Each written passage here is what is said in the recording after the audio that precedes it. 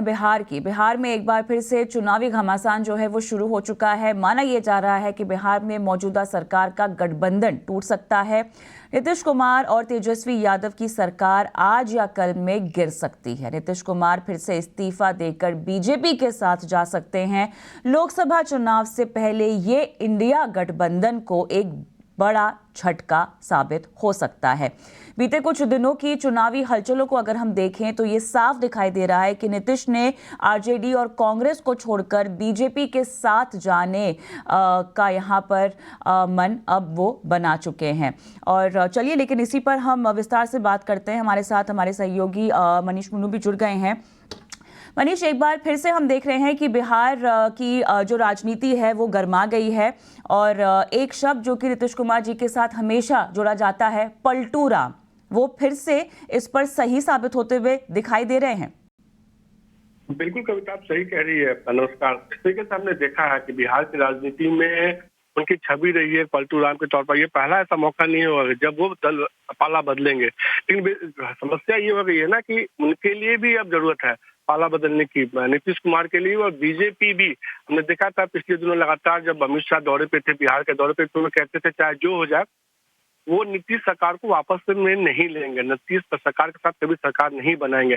लेकिन अब वो वापस से वो तैयार हो रहे हैं। इसकी वजह दोनों के लिए सबसे बड़ी ये है कि दोनों को बिहार में अगर जीतना है तो साथ आना बेहद जरूरी होगा। और ये सारी घटनाएं जो है ना रातों रात नहीं हुई है। इसकी शुरुआत जो है पिछले कई दिनों से चल रही थी। जो बड़ा टर्निंग पॉइंट हुआ जब कर्पूरी ठाकुर को भारत रत्न का अवार्ड दिया गया। कर्पूरी ठाकुर बिहार के राजनीति के बहुत कद्दावर नेता रहे हैं, बहुत बड़ा चेहरा रहे हैं और उन्होंने हमेशा परिवारवाद पे हमला किया है। जैसे ही कर्पूरी ठाकुर को भारत रत्न देने का ऐलान किया जाता है, नीतीश जी उसी दिन कुछ घंटों के भीतर ये परिवारवाद पर हमला करते हैं। और हम जानते हैं कि तेजस्वी यादव की पूरी पार्टी आरजेडी जो पार्टी है वो पूरी परिवारवाद की पार्टी है। बीजेपी का शुरू से एजेंडा रहा है। अब समस्या क्या हो गई है, इंडिया गठबंधन जो उन्होंने बनाया, विधानसभा के चुनाव में परफॉर्मेंस बेहतर देखने को नहीं मिल रहा है। नीतीश कुमार को बतौर, उनको उम्मीद थी कि नीतीश कुमार को बतौर प्रधानमंत्री उनको प्रोजेक्ट किया जाएगा, ऐसा दिख नहीं रहा। बीते कई महीनों से नीतीश कुमार कांग्रेस के साथ बैठ के जो है कुछ सीटों को लेकर बात चर्चा करना चाहते थे, वो नहीं हो पाया।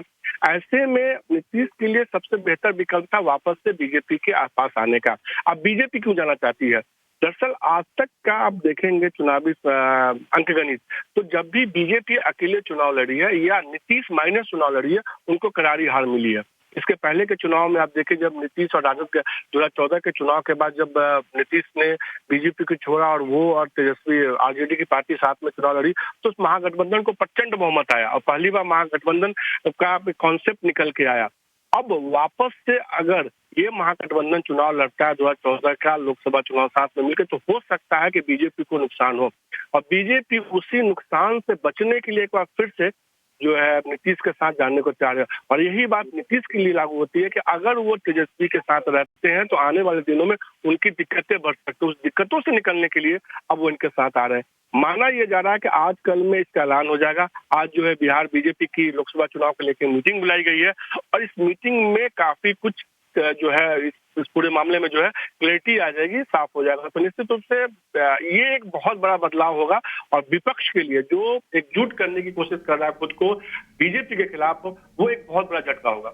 बिल्कुल, तो आज का पूरा दिन समीकरणों के लिहाज से देखना होगा कि किस तरह कहां पलटता है। और वैसे राजनीति में जैसा कि सब कहते हैं कि भले पार्टियां बोल दें कि दरवाजे हमेशा के लिए बंद हो गए हैं, खिड़कियां हमेशा खुली रहती हैं। धन्यवाद मनीष पूरी एनालिसिस के लिए। हम